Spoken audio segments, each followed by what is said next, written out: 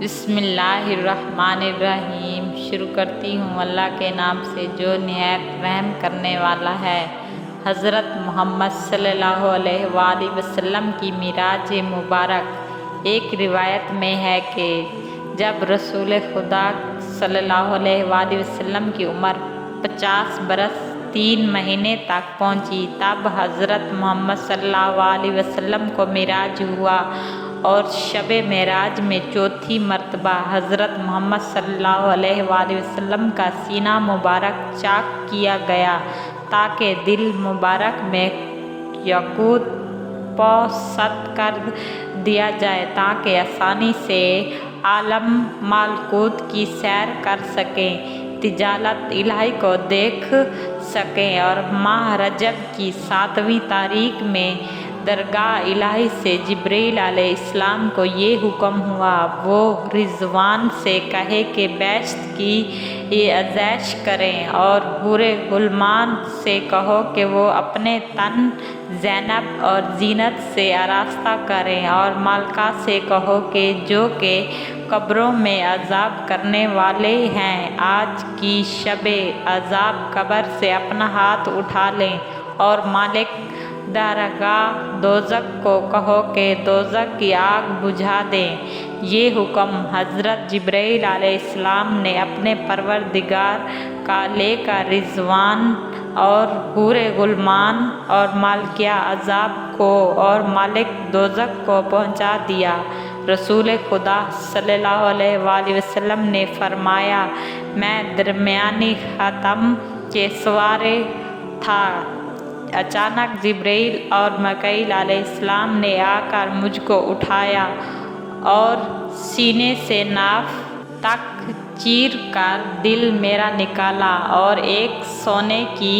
طاشت میں آب زمزم سے اس کو دھو کر ایمان و حکمت سے بھرا، پھر اس کو اسی مقام پر رکھ دیا۔ اور روایت میں ہے کہ جبرائیل علیہ السلام کو جناب باری تعالیٰ سے حکم ہوا، اے جبرائیل، مرغات بہشت سے براق اور 70,000 فرشتے لے کر مکہ میں جاؤ، اور میرے حبیب قریشی کو میری درگاہ الہی میں پہنچاؤ۔ حضرت جبرائیل علیہ السلام